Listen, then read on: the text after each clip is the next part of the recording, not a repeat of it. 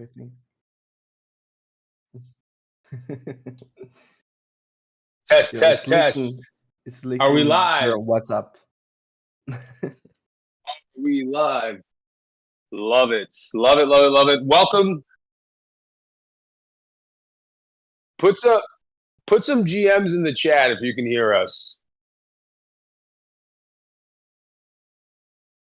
Why, hello there.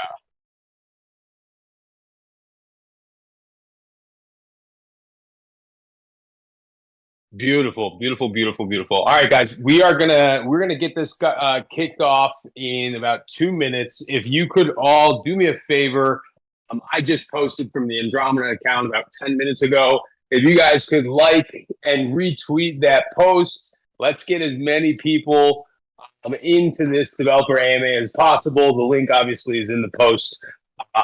Just like, share, retweets. That would be great. And if you guys have any Discords you want to throw it in there too, you're more than welcome. We'll be getting started in about a minute, 30 seconds. Okay. So thank you so much.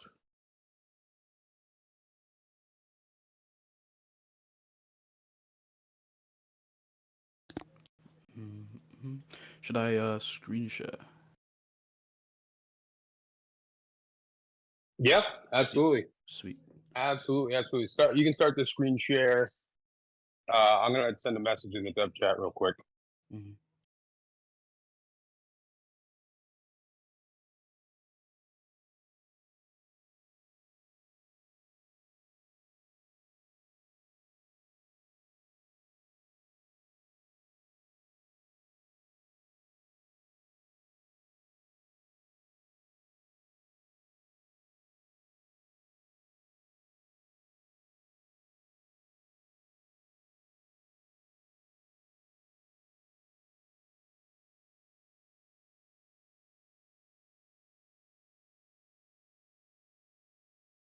Yeah. Oh.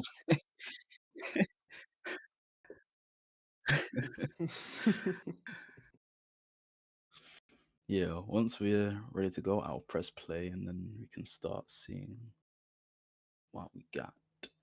Also, that's actually hilarious, William. Yes, for everybody. GM. I think that's a good way to get this thing going and kick it off. I see so many people in the chat. I love it. Thank you guys so much for coming out. One of the reasons that we actually did it specifically at this time was we thought it was the perfect time between the eastern side of the world and the western side of the world. So it's fair for most to be able to join. Sorry to anybody who's on the west coast of the United States. I know it's like 6 a.m. for you. So if you are here, thank you for showing up. But without further ado, today is our live developer AMA that we are going to walk you guys through our Swarms mobile game. And essentially, the goal of today is to show you guys everything from the various different game modes, how you can craft different things, what andros are, how they're related to shards. We're going to be showing you guys, talking about some things that are coming for the next play test that starts at the end of this month. And then we'll go through answering a lot of questions. I'm going to be dropping a little bit of alpha towards the end. I'll answer a couple of questions about the tokenomics. And I'm really, really excited for this one because we've been putting in so much hard work. We're going to get to introduce two of our lead developers, Zen Kuro and Gus. You guys are going to become really, really familiar with them. I also want to give a shout out to one of our new hires, Kesso. Kesso has been killing it so far. She is your regiment command leader. You can think of her like Levi from Attack on Titan. She is amazing. So thank you guys so much for showing up. Today we're going to be talking about Swarms Mobile. So the first thing that I want to go through related to Swarms is the lore.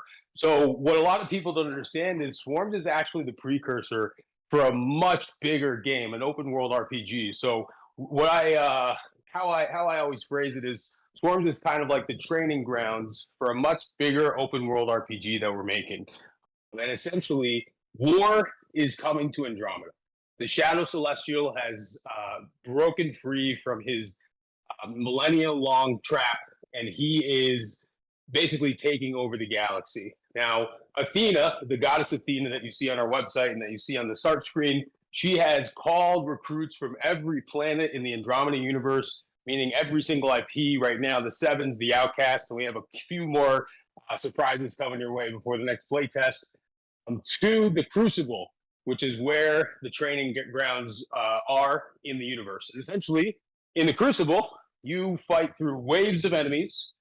You try to level up through those waves, and essentially, your goal is to train, level up your characters, craft new weapons, trade back and forth, and make yourselves as strong as humanly possible to then be ready for the bigger war that's coming in the open world RPG called The Chosen Battle for Andromeda.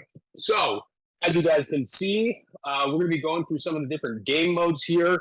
We have a little bit of the gameplay right now from the first play test on the screen. We're going to be showing you guys the combat system today, some of the updates. And like I said, we have our two main developers here to get into some of the nitty gritty details and answer some of your burning questions. So without further ado, we're going to do a little transition into the game mode. So Zen, do you want to share a little bit about the game modes? Yeah. So essentially, oh, by the way, I'm Zen.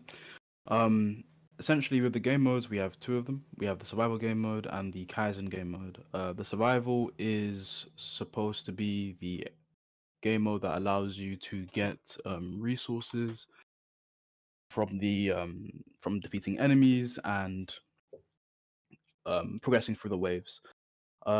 It's a wave-based game mode, and the idea is that as you go through each wave, the enemies will get harder, and the items and loot that they drop will get better and better. If I can go through to the game mode, we have like an outline of the particular attributes of this game mode.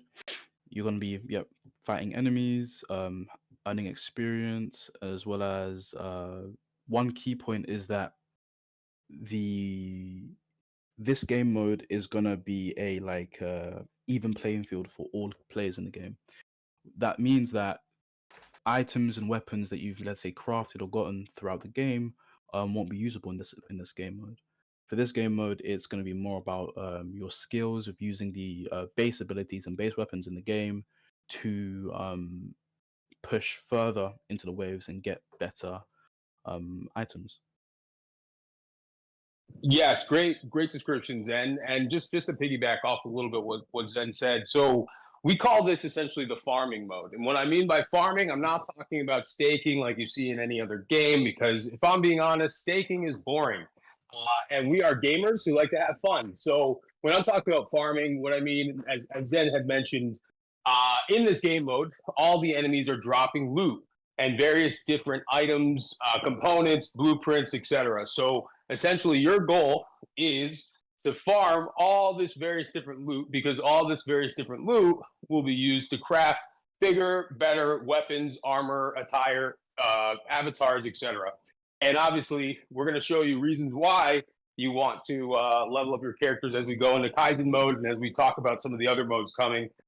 But essentially, this allows you to collect these resources. The resources then go into your inventory. The higher wave enemies drop the better resources, meaning you're going to have better crafting materials to craft higher tier and better weapons. So it's an opportunity for you as a player to come into the game, farm some resources. If you're trying to earn some andros, which we'll go over later, you can basically sell them in the P2P marketplace, which again we'll go over later. So many different ways to progress and advance through this game that doesn't involve ever spending a dime or a penny on the game, unless you want to, or unless you want to kind of cut the line. So we don't ascribe to the aspect of pay to win. We want everybody to be kind of equal in that regard. So if you want to buy andros, you can. If you want to go grind and sell your resources that you farmed, you can also do that. So we have something for everyone, and that's why we're super, super excited for this mode.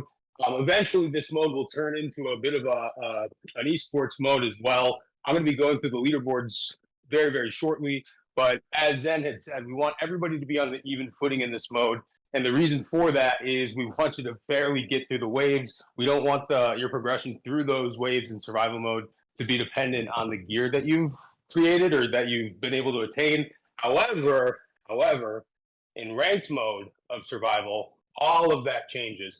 So we're really excited for this mode. We think you guys are going to have a lot of fun.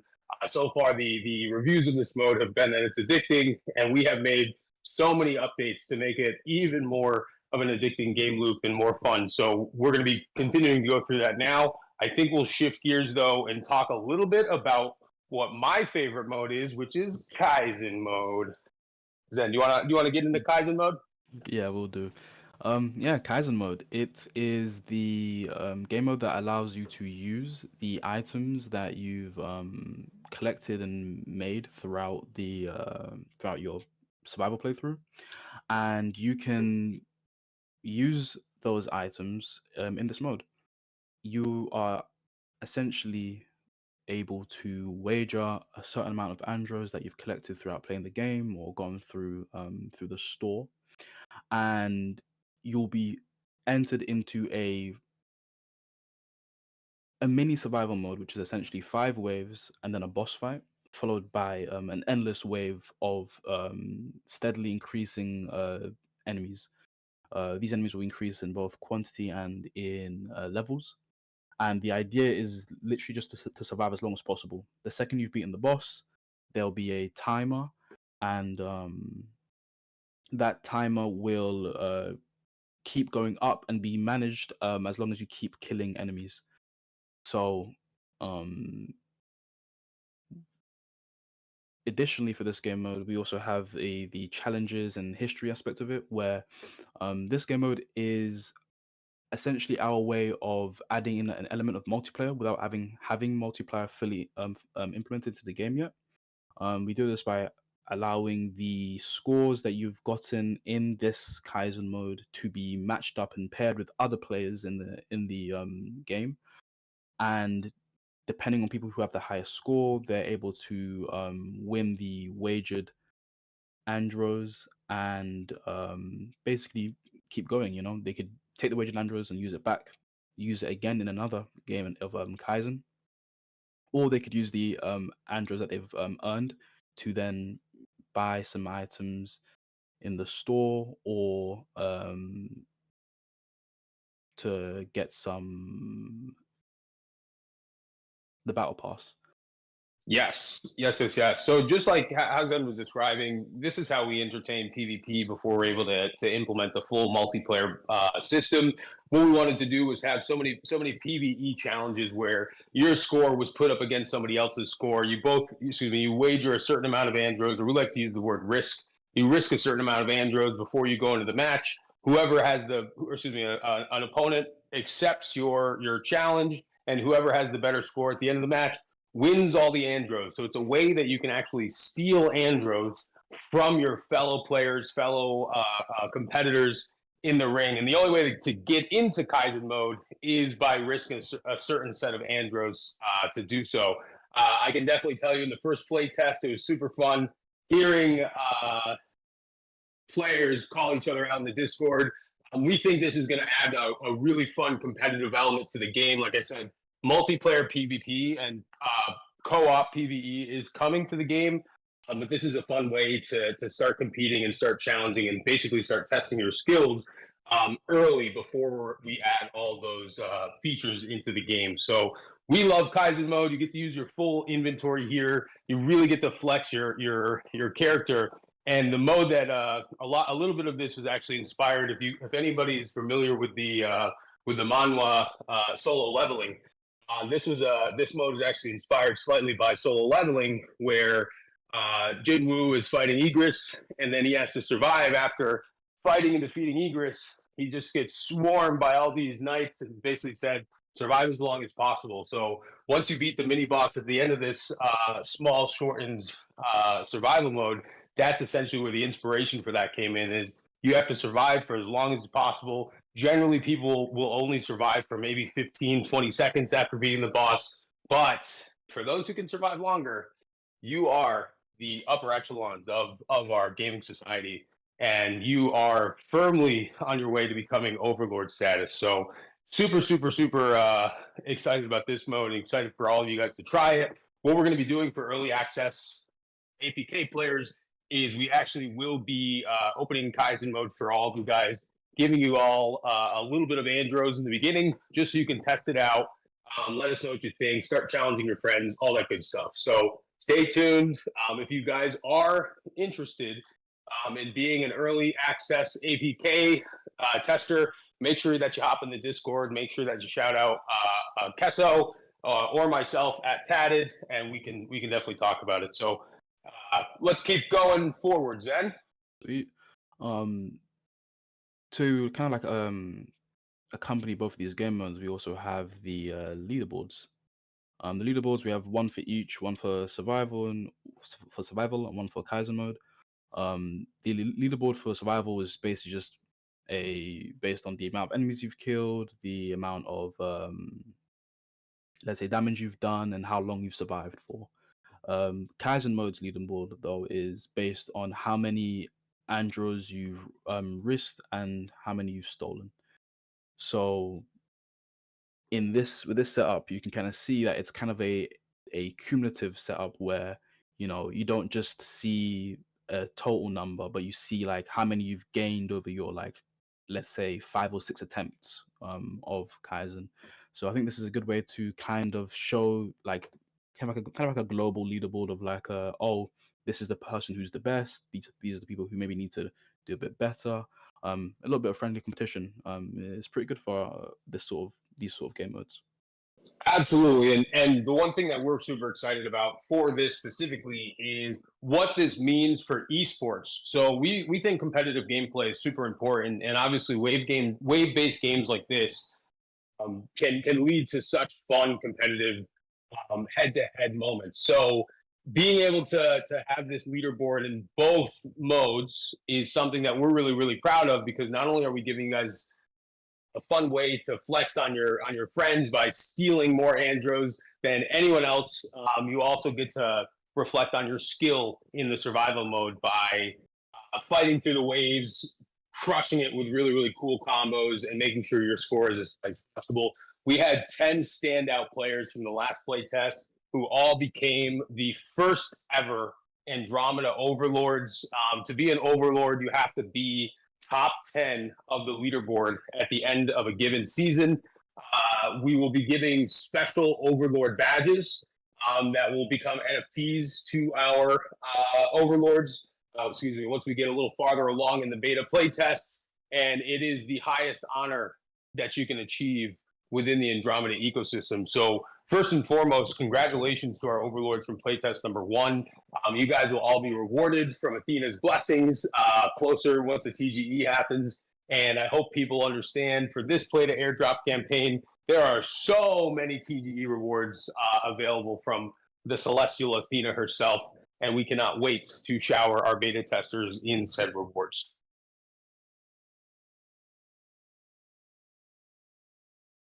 All right, Zenkuro, what's next on the schedule today? Yeah, I think it's one more thing just about the game modes actually. Specifically more not necessarily about how they perform, but actually about the combat within them. One of the or a few of the feedbacks that we got from the initial playtest of the game was that the combat system definitely needed some work, and that's something that we all agreed on as a company, as a team, and so it's something that we've been looking to improve over these last month, 2 months, and so what we have, in addition to, like, for this new for the game modes, we also have some new quality of life features.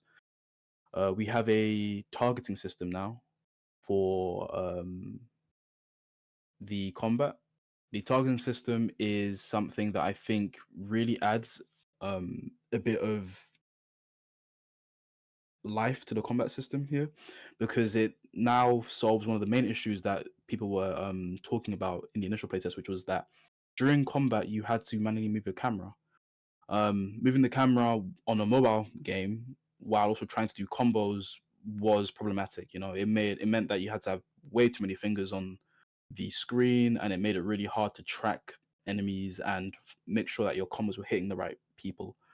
But with this Z targeting system, it meant that It means that we're able to focus or let the player focus specifically on just the combos, and the system behind in the combat system now will handle the camera movement and the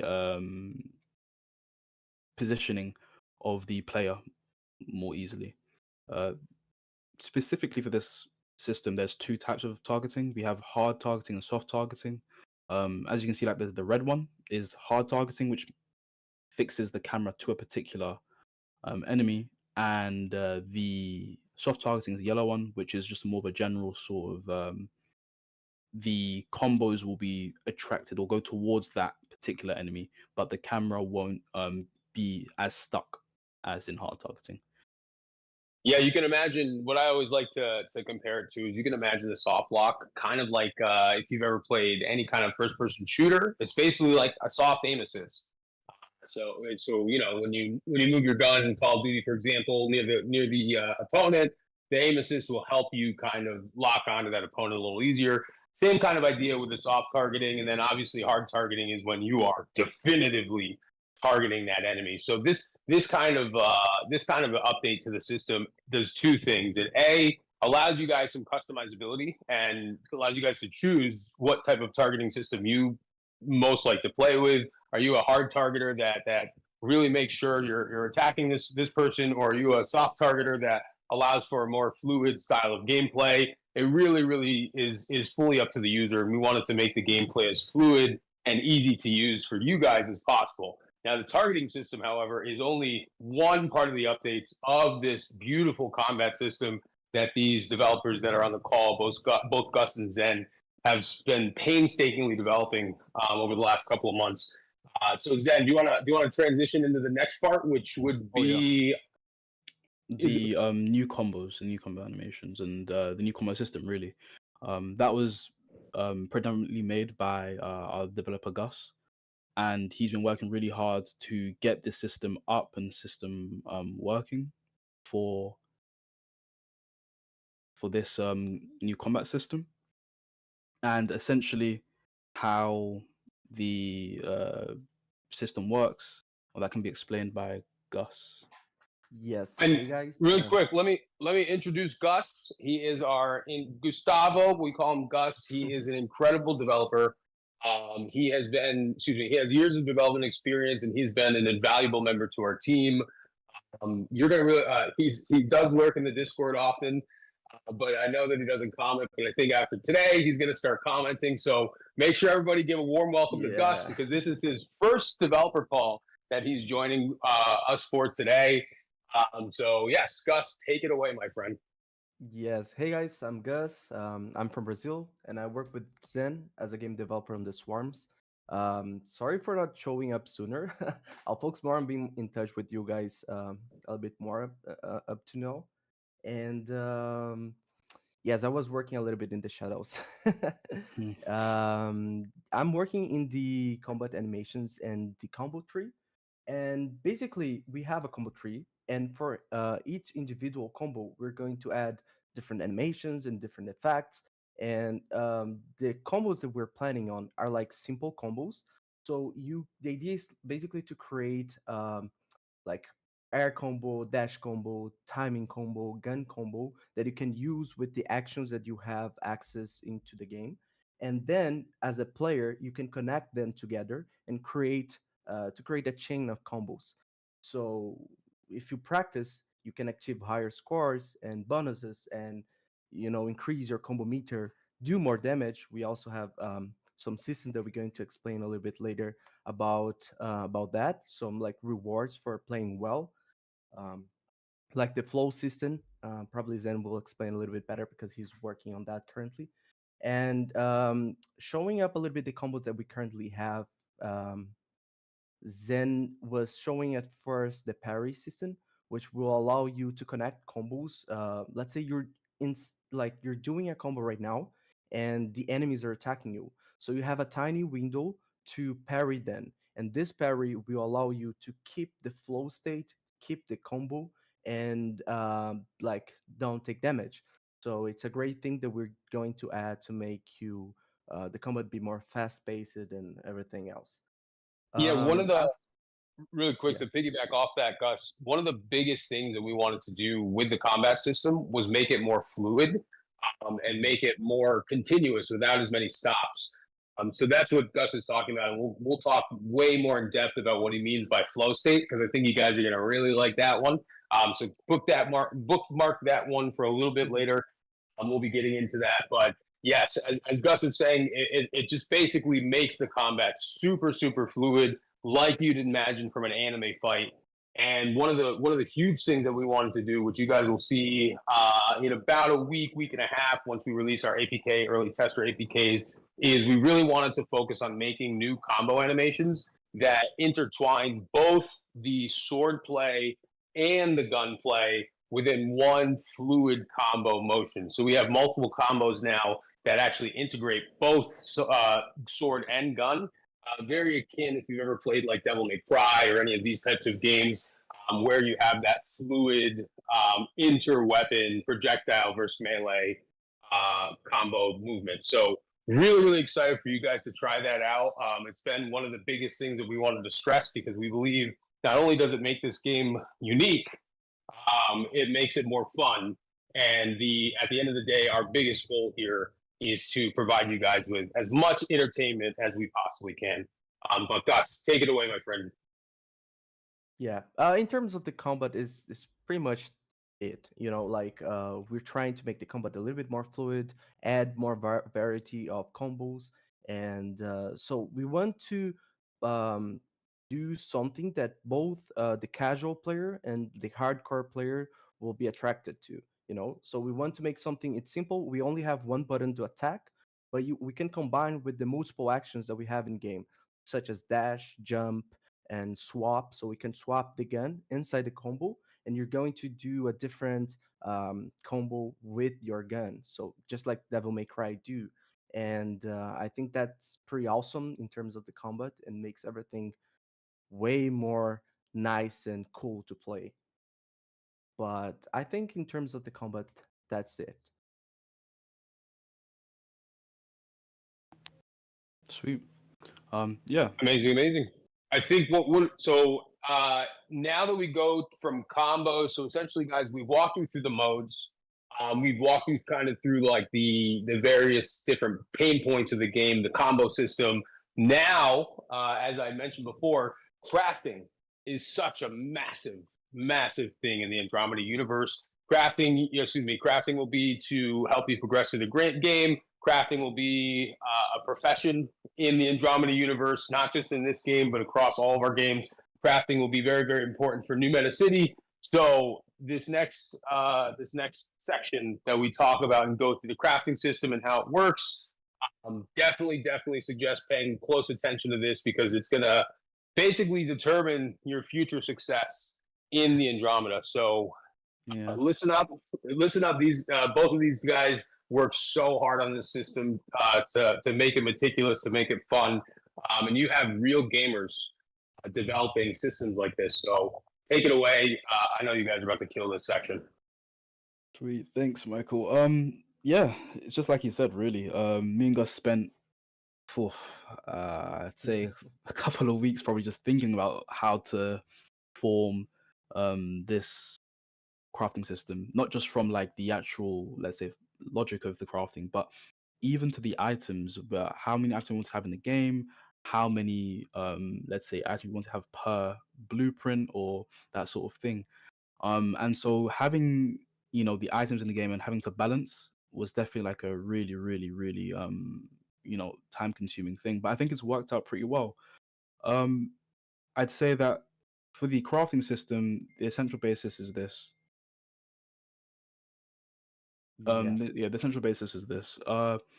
Every blueprint or every craftable item has around three components.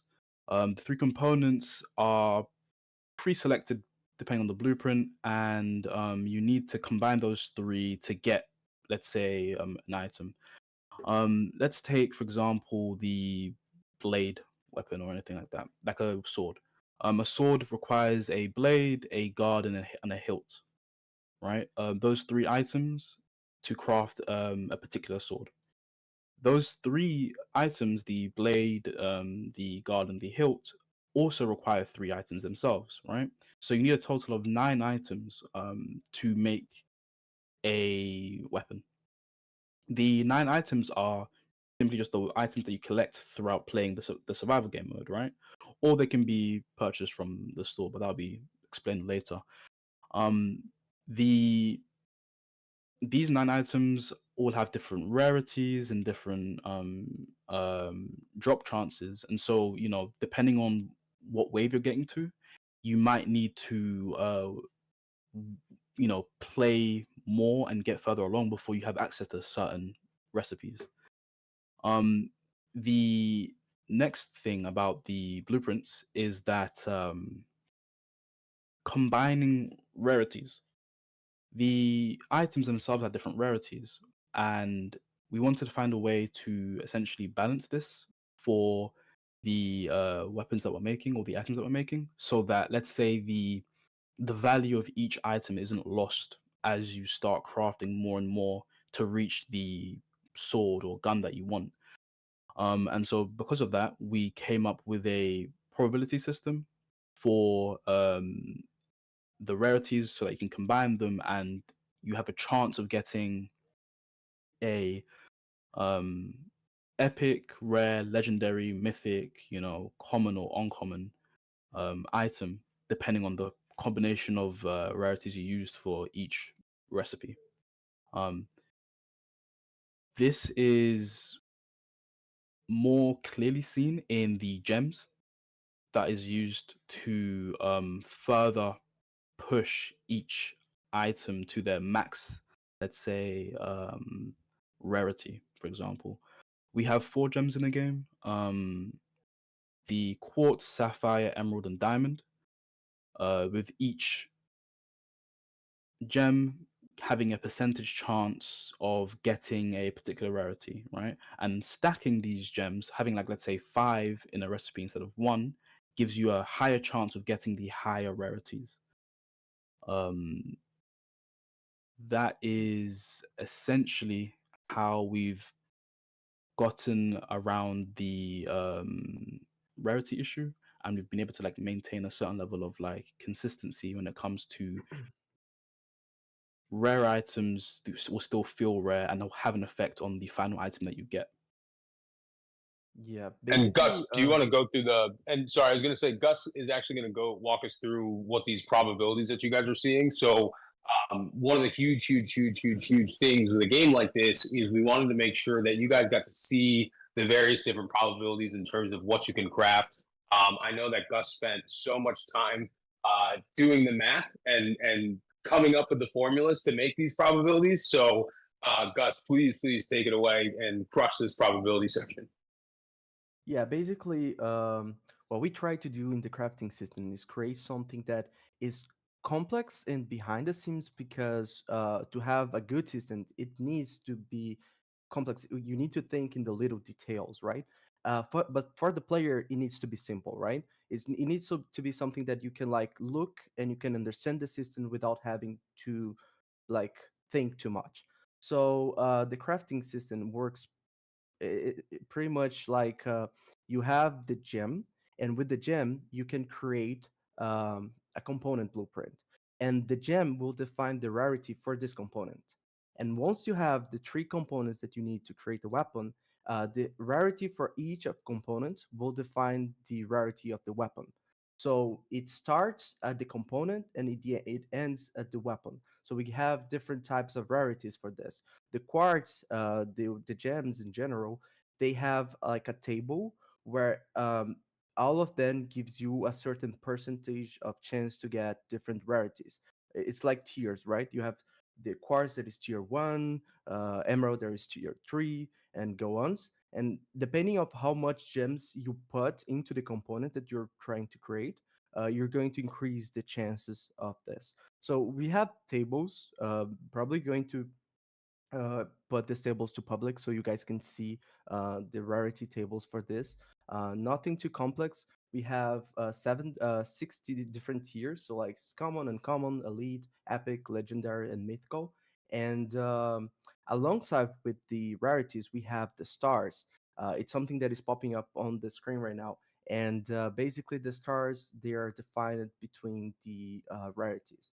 You don't have to worry too much about the stars right now. The stars are basically for power, quality, and resilience, but they are attached to the rarity, and that's all you need to know for now.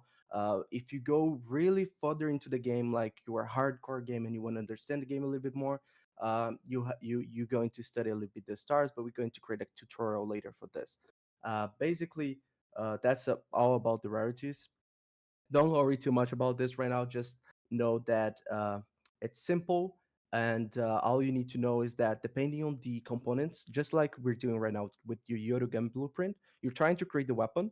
You're putting three different components with three different rarities, and this is defining what chances you have to get like a mythical Yorugami or a rare Yorugami. It all depends of these components. We also have the boost scores that will boost a little bit the power, quality, or resilience, but this is also something a little bit more deep, and I don't think we should go too deeper into the system right now. It's just a good show up for you guys.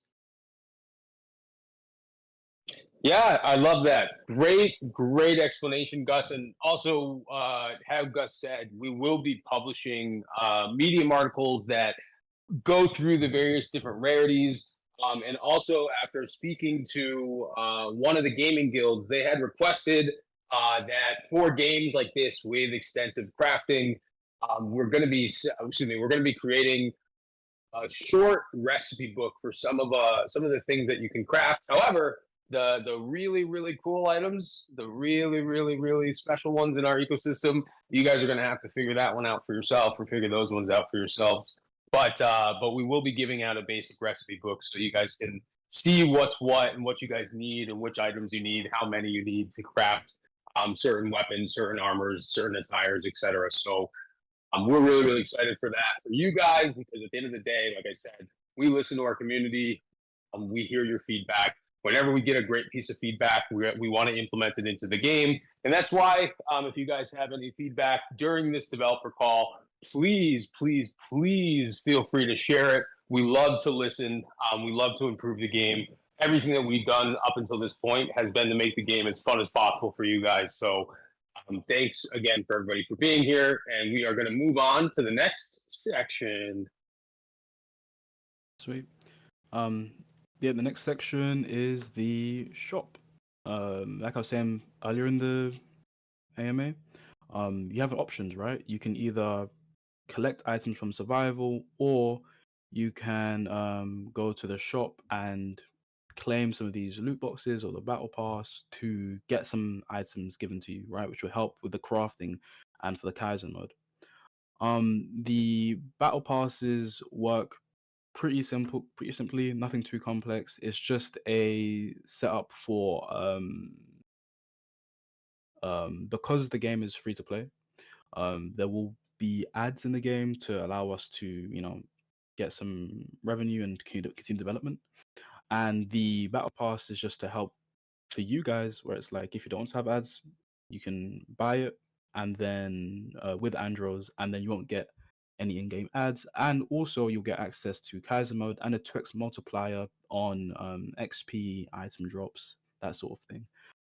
There are also tiers for the battle pass, where tier 1 was just a basic tier. Tier 2 gives you the same as tier 1, but then additionally it will also give you some nanos and a random blueprint and a gem, right? So this will be an extra boost to the crafting.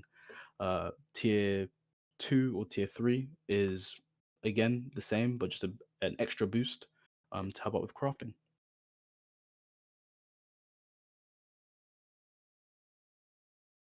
Yes, and to Zen's point, as you guys know, obviously at the end of the day, we do want to make fun games, but we also have to make a little bit of money out of them. So we will be eventually there'll be ads in the game, but we want to sell these battle passes for very cheap, in order to allow you guys to have a much more fun gaming experience, and also kind of what Gus was saying earlier, how you get to the higher levels in survival mode. Those higher levels, you get harder enemies. the harder enemies drop better items, better accessories, better loots. And then you can actually take those items, accessories, and loot into our in-game peer-to-peer marketplace that will be coming soon as well.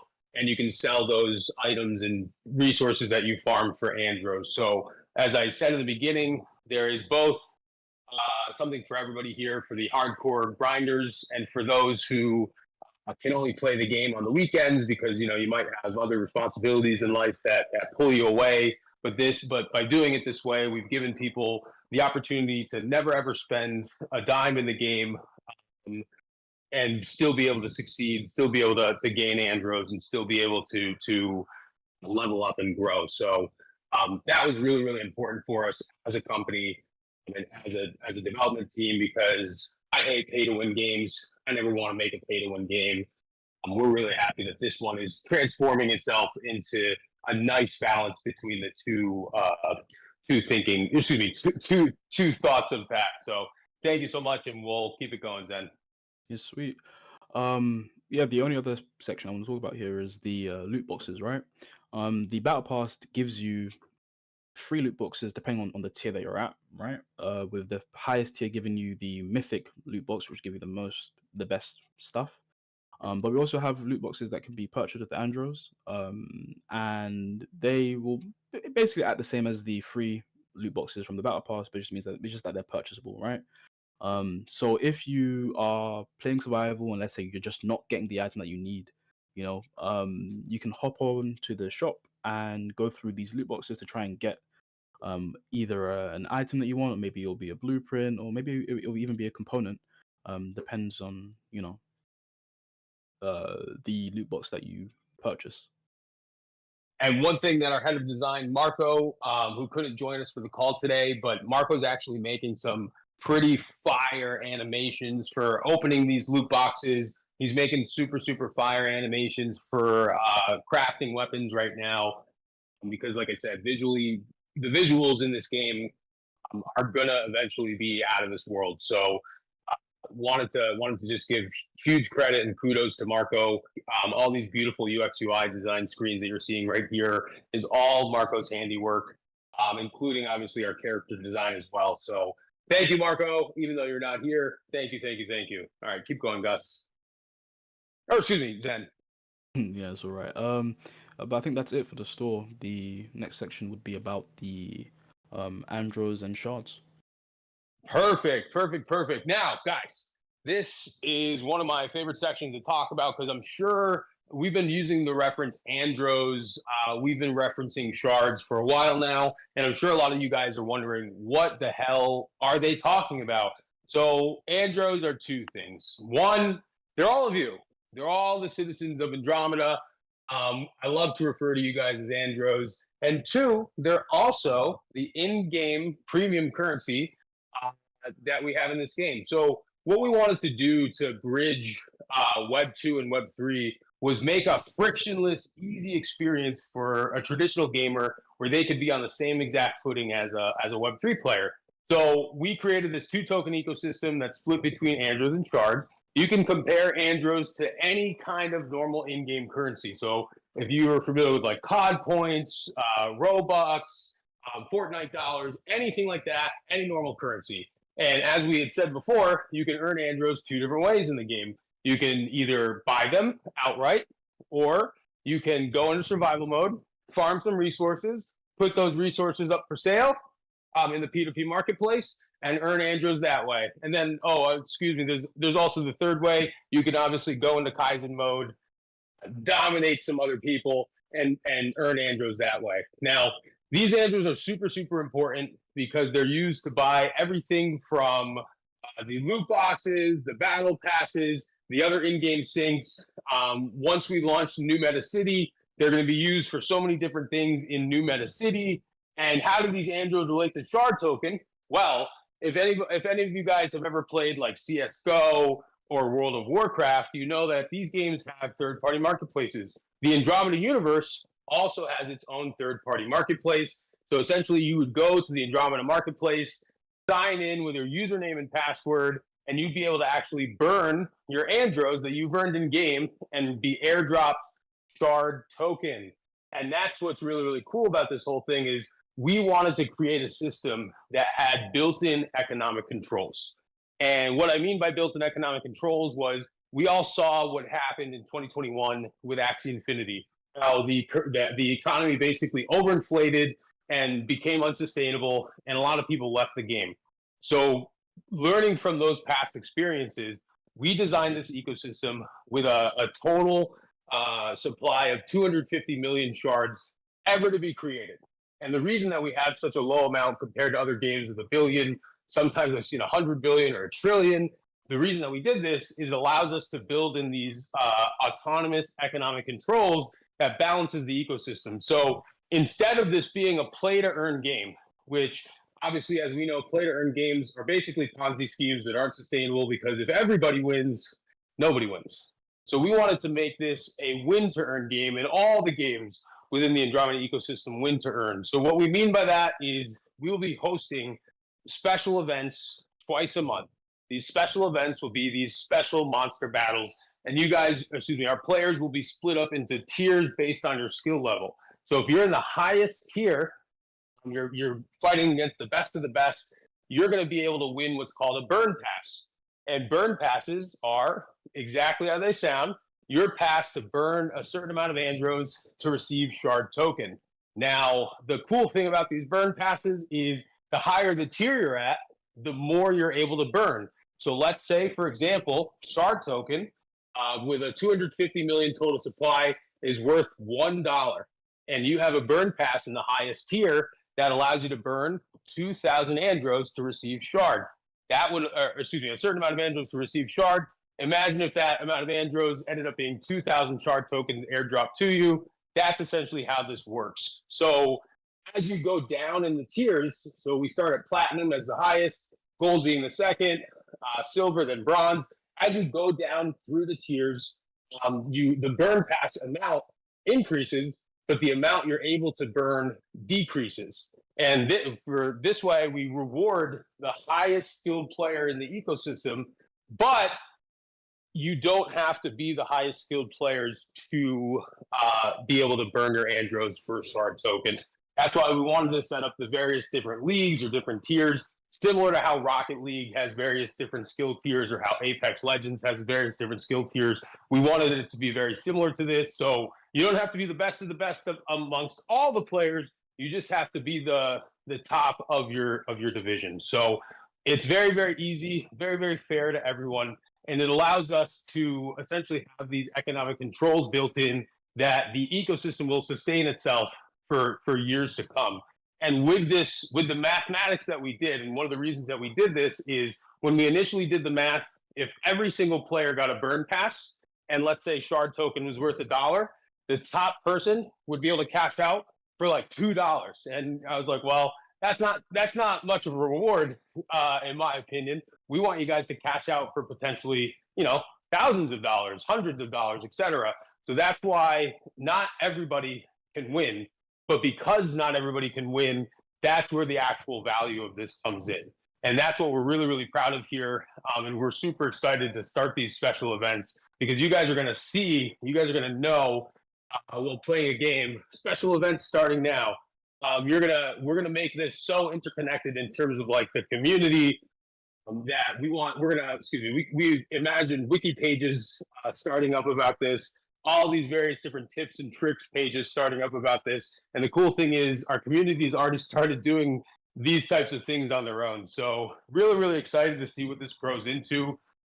As we've done the math right now, there's 50 million shard tokens to give out through this burn process. So as I said before, if shard token potentially goes in the IDO for $1, that means over the course of a couple of years, we'll be giving about $50 million back to our users, to our players. And we're so, so, so excited to do this because we really think this is the spirit of Web3 gaming and what a lot of people imagined it to be. So definitely want to stack those Andros.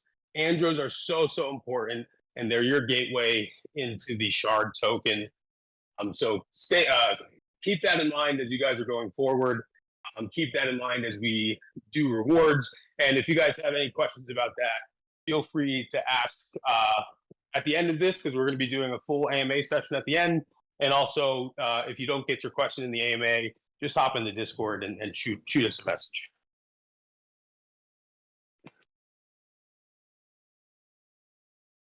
Oh, Funk Chan, are burn passes the only way to burn or just one way? Yes. So burn passes are the only way to burn. And the reason for that, like I said, is literally just anti-inflation. And the thing that we like to compare it to is when you guys are on, for example, crypto exchanges and you're trying to turn your actual cryptocurrency and deposit it into your bank account. And there's a max limit you're able to deposit during that day or during that time period.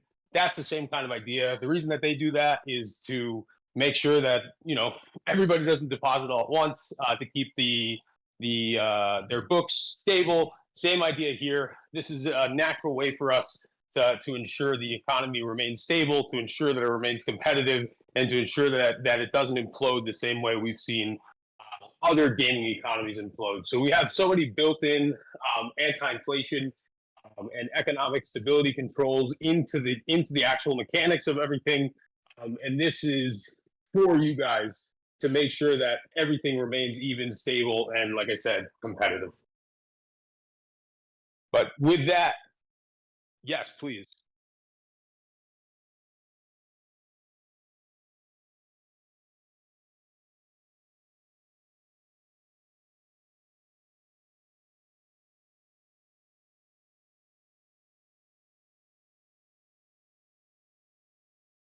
Oh, love it. Hey, great question. So playtest version 2 right now internally, we have a date set for October 28th as the official start date for playtest V2. It'll first start with a limited amount of beta testers. You guys will be our beta tester ones. It is first come, first serve. So we are going to be opening up our beta test sign up very, very soon. So make sure that you went to Andrometa.gg and you made an account, because the only way that you can be a beta tester is if you had made an account. But we'll have a first tranche of beta testers. Then we'll open it up more and more and more to more beta testers as the weeks go by. There's going to be so many rewards for beta testers related to our TGE. So please keep this in mind. Millions of shards are on the table. So we're really excited because you guys are the heartbeat of everything that we do, and your feedback is so invaluable in terms of how we can get this game out of beta to its gold version. So we want to reward you guys as much as possible, create some fun play to airdrop competition. So just make sure you go to Andrometa.gg and know that the second playtest starts on October 28th. However, early access APKs will be going out much, much, much sooner than that.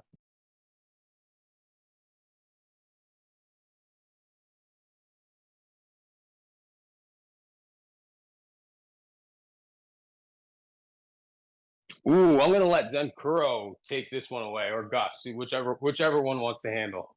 Oh, sweet. Yeah, it's a great question. Thanks. I'd say that we've actually been working on that quite extensively after the first initial test, because we did have some problems with device compatibility, and we've so we spent some time narrowing down why certain devices weren't running the game. And what we came to was like it's a few different things, right? There is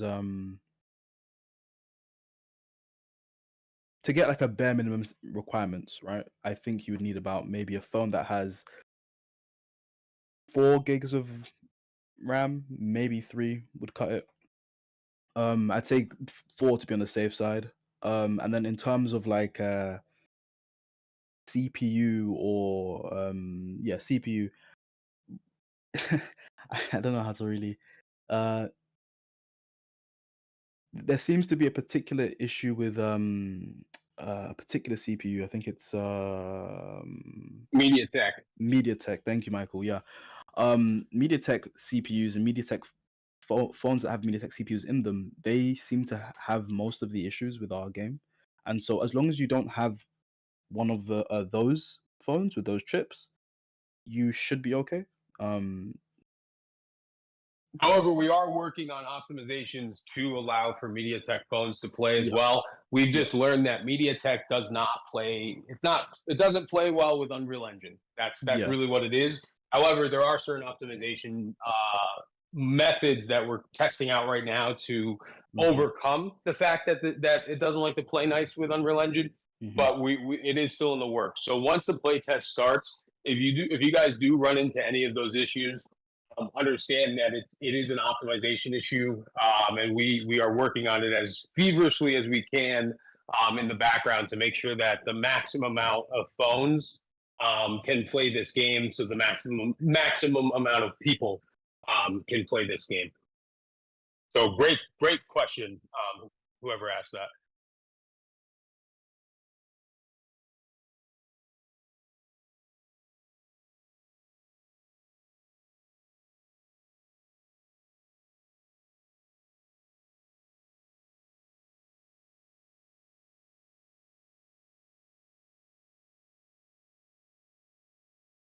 Oh, love.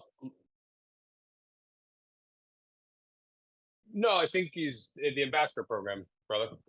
So yes, the ambassador program is absolutely open to everybody. So we have essentially what we're going to be doing is we're going to be releasing some articles today that will explain the ins and outs of the ambassador program. We've because of our amazing community growth director.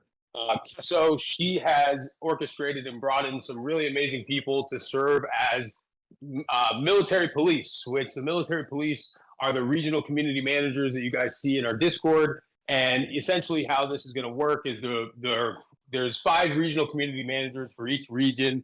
The different regions are split up between Africa, Asia Pacific, North America, Europe, Latin America, and basically each person from each region, when you sign up for an account on Andrometa.gg, it'll put you in the region. Then you can start essentially doing all these various different tasks to earn points. So when I say that anybody can participate, yes, anybody can participate. The only difference is if you are a content creator versus a non-content creator, you'll be assigned 2 different roles, and you'll have various different point thresholds that you can make to earn. Excuse me. You'll have various different missions that you can earn points through. So if you're a content creator, you're going to select one role, which is the scouts. If you are not a content creator, you're going to select another role, which is the garrison. Both are super important for what we're trying to achieve here, because the point of the ambassador program is to really do this organic brand awareness campaign that allows for the community to really drive the user onboarding and adoption of swarms. And I know that you just asked about the prize pool. So for our RCMs, you guys are already aware of what you guys are earning from being RCMs. And then for everyone else, we have 8% of the total shard token supply slotted for this ambassador program. So that means 20 million shard tokens. That means if we IEO at about $1 for shard tokens, we have about $20 million that we're giving out to our ambassadors. So super hyped about that. Our tokenomics are built in a way that we're giving as much of them away to you and to the community as we possibly can. We as a team, we only take literally 10% of the token supply with the longest unlock schedule, because at the end of the day, for us, the token being super valuable is just a cherry on top. We're not here legally to guarantee value or anything like that, but we're here to provide you guys with a lot of fun and usable things. So I hope that answers your question and you kind of are picking up what I'm putting down. But yes, 20 million shard tokens will be available for eligible ambassadors.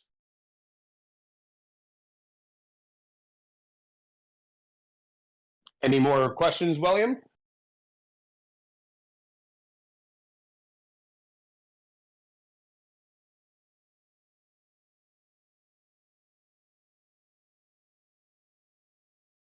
Yes, but we'll be explaining those as we get a little closer to November and we get a little closer to New Meta City, because those will be very important for some airdrop related purposes and the TGE and what we're doing in New Meta City. So yes, yes, yes, we'll have all the information for our NGs and all the information for our sevens community as well, with their off-chain points too. What we had said earlier this year, where we slightly tweaked, because we found ways that we could utilize them a lot better that I think you guys are going to be much more hyped up about. So yes, we will be explaining that soon. Great question. I just want to combine it with the New Meta City explanation because they kind of go perfectly hand in hand.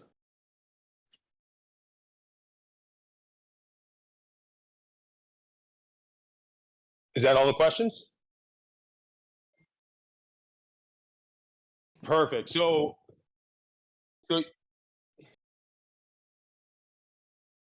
cool. And then now what we're going to be doing is Gus and Zinkuro are going to be telling you guys about some really cool features. So one of the things that Gus had mentioned earlier was we have a new perk system that's coming into the game that, that intertwines with the combat system updates.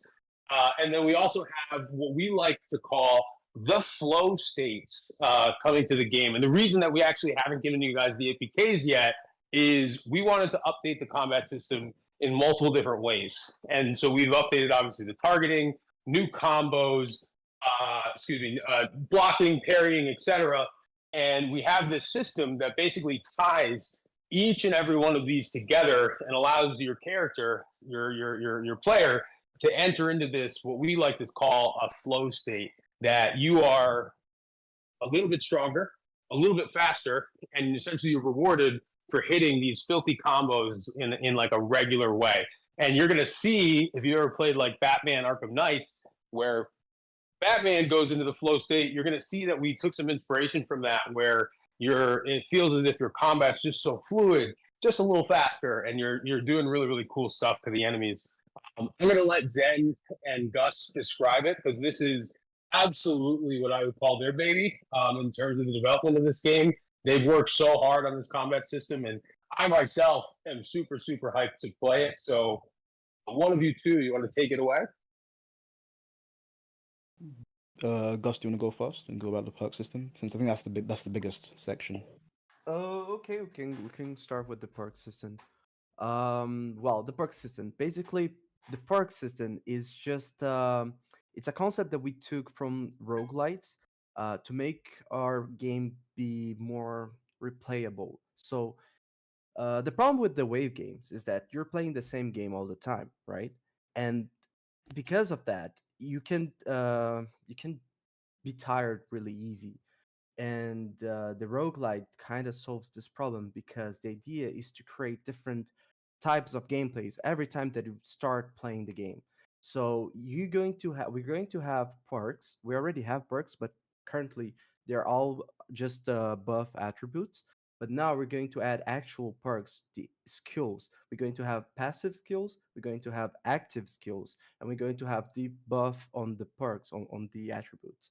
So three different types of perks that you're going to choose every time that you level up. So you level up, you have three cards showing on your screen, and by each of them, you can choose if you're going to select uh, an active skill, a perk skill, etc. We're going to have a lot of different passive skills, a lot of different active skills too. In terms of the number, I'm not going to show the number right now because we're still not sure if we're going to have time enough to add all we want to have. But one thing for sure is that for the active skills, we already are thinking in a list of skills, and we want the community to decide what you guys want to test first. So let me give you a simple example of like an active skill. Let's say we have a skill called Power Strike. It is basically a button, and you click on the button, and your weapon now will deal 150% more damage in a single target. So it's a skill that you're going to use and use as an active skill, and will make the gameplay a little bit better. We also have passive skills, and as a passive skills, let me explain a little bit about, let's say, blade spin. It's like three different blades. We can do like blue blades or something like that. It's going to spin around the player and do damage passively. So you're using your combos, you're using your active skills, but the passive skills will be there to help you through the gameplay. And this will make that every time that you play the game, you're going to play different because it's RNG. You don't know what perks you're going to have, right? You will have like some re-rolls, so you can try different cards to see if you can get the active skill or the passive skill that you want. But it's basically RNG, and you have to adapt your build to what you're getting. And every time that you play the game, will have a different gameplay. Some gameplay can be more defensively, depends on what you're getting, and some gameplay can be more offensive. You want to have a fast pacing gameplay, so you want the perks that will help you with that, and this will enhance the combat in general and make um, the replayability of the game um, way better and nice to play. Sweet. And before you jump in, Zen, Gus, does any of these skills and perks and passive skills that you talked about, does that have any implications to like the power system in the game? Application to the power system. What do you mean by that? With like powers, magic, things like that. Yes, yes. It's all like lore related, and it's like I said. Let's say another example of passive skills. You can have like assault drones attacking enemies with you. So like right up your shoulders, you have some robots that are attacking enemies while you're fighting, and you can also have like let's say a grenade as an active skill that you can throw and do an area damage, and this will all come up together with the combos. Of course, you're going to have like attributes too, and all the perks will have different 5 levels, and of course you have a limit of how much perks you're going to have on a single playthrough. So that's what is going to define your build in the game. Beautiful. So I hope you guys heard that. Magic, power, all of these things, elemental skills, extra ways to customize your fighting style, they will all be included as the game continues to progress. Not all the skills will be ready by October 28th, but I believe all the skills will be ready kind of closer to like the middle of November. But at least you guys have an understanding of during that first 2 weeks of the play test. Um, know that much more is coming. But we want to make sure that we test the initial skills during those first 2 weeks to make sure that the game doesn't break, and then we'll add in all the other skills once we have a little bit of feedback from you guys. So with that, Zen, you want to jump into the next part? Yeah, of course. To a company like the perk system, it's just like Michael said. We also want to add in like a flow state system. Um, Essentially, what we realized during development of the perk system, the active skills, passive skills, and like the additional combos that we've added to the game, was that we needed to tweak how, for example, the combos work, right? To match the timings with, like, let's say, how long it takes to cast an ability from the perks, the active perks system, or um, so that, like, let's say the passive effects of the perk system mesh well with the combos that are being done by the in the combo system. And the flow state system is supposed to be a way to kind of Hello? bridge the gap between all these different systems to make it so that it's a bit easier to continually land combos. It's a bit easier to switch targets. It's a bit easier to you know get distance to then use, like, let's say, a active skill, right? The flow state works simply by just as you do more combos, you do extra damage and you also get a bit faster, right? We have like a set multiplier right now, like I think it's like 1.15 or 1.2 x multiplier on your base damage and base speed, right? And the idea here is that by maintaining a high combo, you'll be able to move faster and hit harder, which will actually allow you to like continue those combos more. Uh, the added benefit of this system, though, is that because of how we're representing this state of the player through the use of like custom animations and like new visuals, it will mean that it will actually be easier for you to, like, let's say, hit a combo on one enemy and then go to the next enemy. Or let's say you're in the flow state and then you parry an attack and then dash to another enemy. That would happen quicker and would allow you to maintain that combo. This means that, it kind of acts as the glue for the perk system, the parry system, the new combos in the combo system, and all of that together should come to form like a pretty, hopefully a seamless experience for the combat that's fast paced and refreshing to play. Yep, and one addition to that is we're going to be adding more special effects and visuals. So in the game development process, what you might have seen a lot of times in the Web3 space is people will first focus on the visuals in terms of like special effects, et cetera, before they actually make a fun game loop with nice movement, things like that. In normal game development, you do the polishing stuff, which is the special effects, the visuals, et cetera, more towards the end of the development process, because first you need to get down the core mechanics, because if you don't have the core mechanics down, just because you added some flashy stuff doesn't mean people are going to like or play the game. So we are going to be adding in so many more visuals, so many more special effects, animations, cut screens, etc., that are coming to the game. It's just first we wanted to focus on developing the core elements of the game. And if I'm being honest, we have limited bandwidth just because we are a small team building all of this. So what we're getting ready to hire a couple more developers as we have successfully been talking to some venture capital firms. We should be having some nice capital coming in very soon to hire a couple more developers that will speed up this development process. But just wanted to explain why we've taken this path and why we do essentially the things that we do in terms of this development journey. And I'm sorry, Zen, do we have anything else on the agenda? Because I can answer a couple more questions. If not, I think we're good. Beautiful.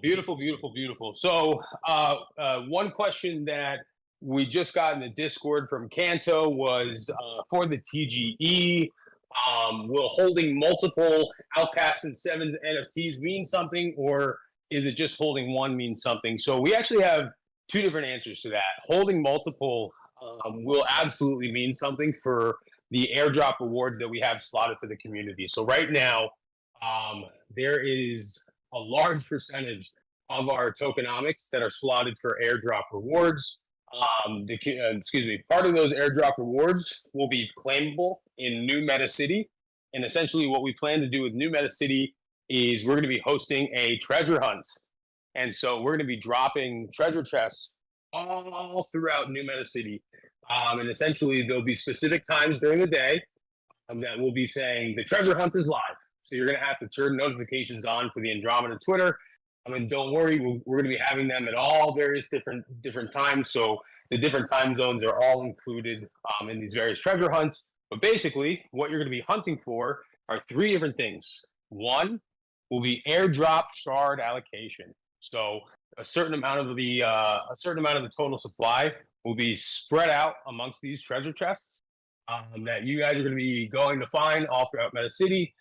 The second is in-game assets and prizes. So we're also going to be hiding NFTs in these treasure chests, as well as in-game currency andros that obviously, like I said before, can be burned to receive the shard token.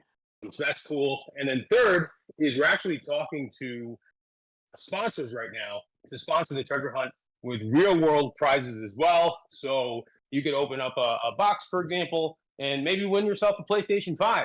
Who knows? So there's so many different things to win during this treasure hunt. Now, the important thing about this treasure hunt in New Meta City is you have to have either an Outcast NFT, a Sevens NFT, one of our partner NFTs, or one of our or be part of one of our guilds that we're partnering with for early access. So those are the only ways that you're going to be able to get into New Meta City to participate in these treasure hunts. And also, once the TGE stuff is over, we're going to be continuing these treasure hunts just in a much more expanded fashion, with a lot more cool stuff in terms of we had planned essentially to do like an extraction treasure hunt where the treasure hunts will go from everybody playing nice to you're actually going to have to go in with all of your crafted items and really battle it out to try to extract with the treasure chests. And we think that's really, really cool because it's just a fun way to use our resources. It's a fun way to connect multiple different games together and to kind of connect the entire ecosystem, because as you play as your character, as you level up your character, as you craft new and better weapons, items, armor, etc., you actually have a reason to go take those into not only Kaizen mode to steal everybody's Andros, but also into New Meta City to make sure that you can extract from these treasure hunts with the most amount of items as possible. So we're really, really hyped about that. We think that's going to be super, super fun. And then also in New Meta City, we'll be doing like communal events. We'll be doing showcases, and it's going to be filled with a ton of different mini games that you can actually risk your Andros and compete against your friends in New Meta City. So make sure you pick up an Outcast or a 7. Today on this call, we'll be giving out an Outcast and a 7 as well. So we'll be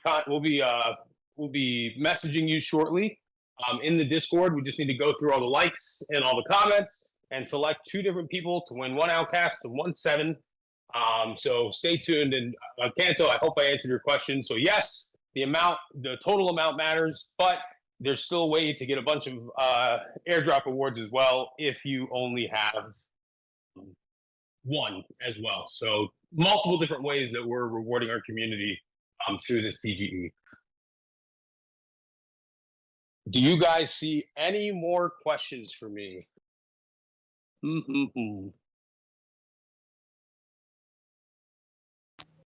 Noble Knight said, excited for the hub. When can I open up my armory? Oh, yes. Great question, Noble. So one thing that I don't think we went over today is professions. So professions are actually going to be super, super important in the universe. And essentially, professions will allow you to do various different things. William has been working really, really hard on the professions aspect of things. William, do you want to just give them a quick sneak peek preview? We'll go into a lot more detail, probably in like 3 to 4 weeks once we get closer to New Meta City launching. But yeah, William, do you want to tell them about that?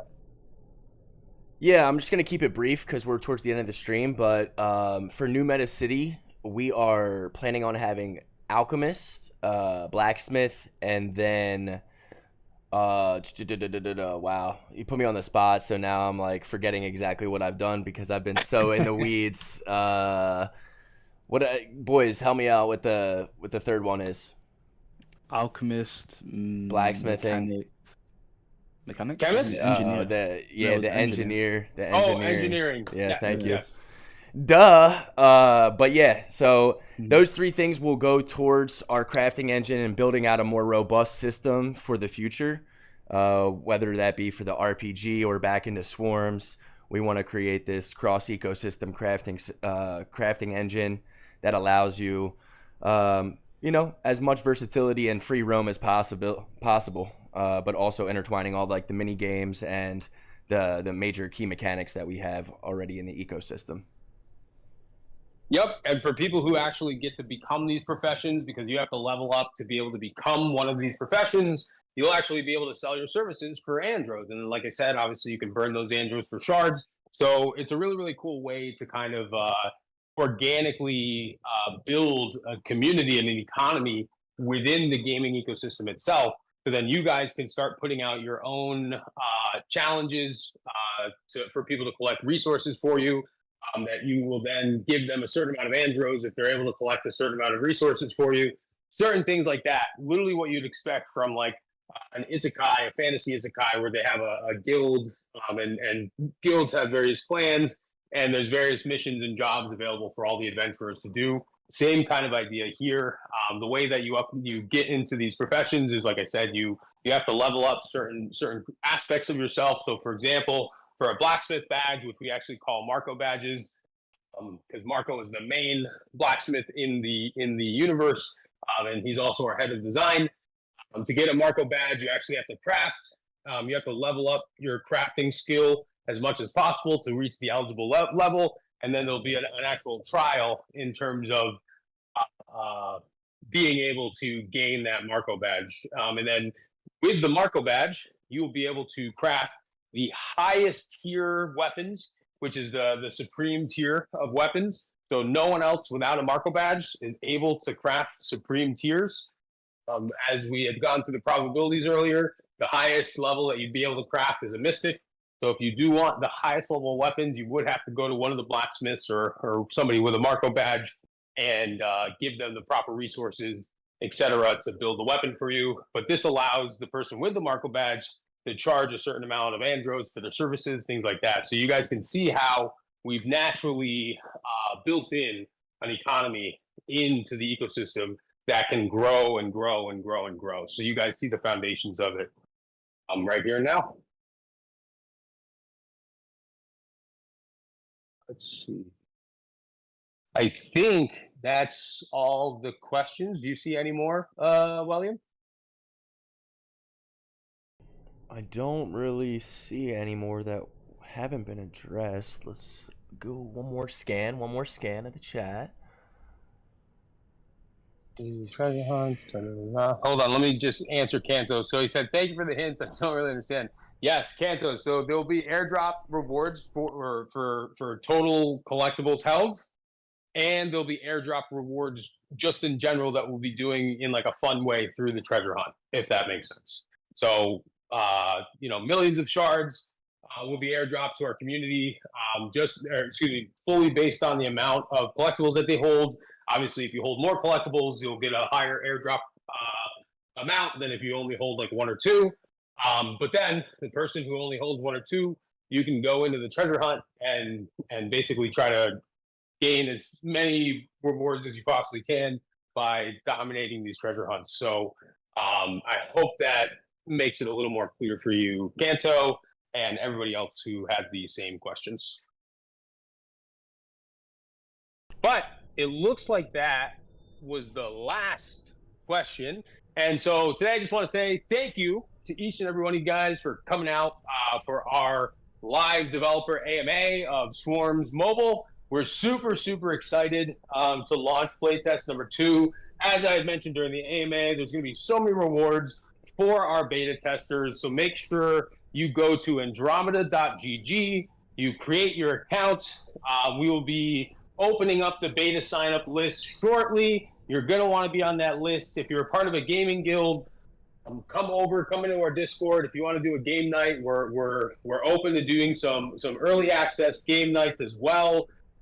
Guilds will be rewarded with a few different rewards as well for doing these early access game nights with us that we will explain, obviously, once we get on call with you and talk to you or get to talk in a chat with you.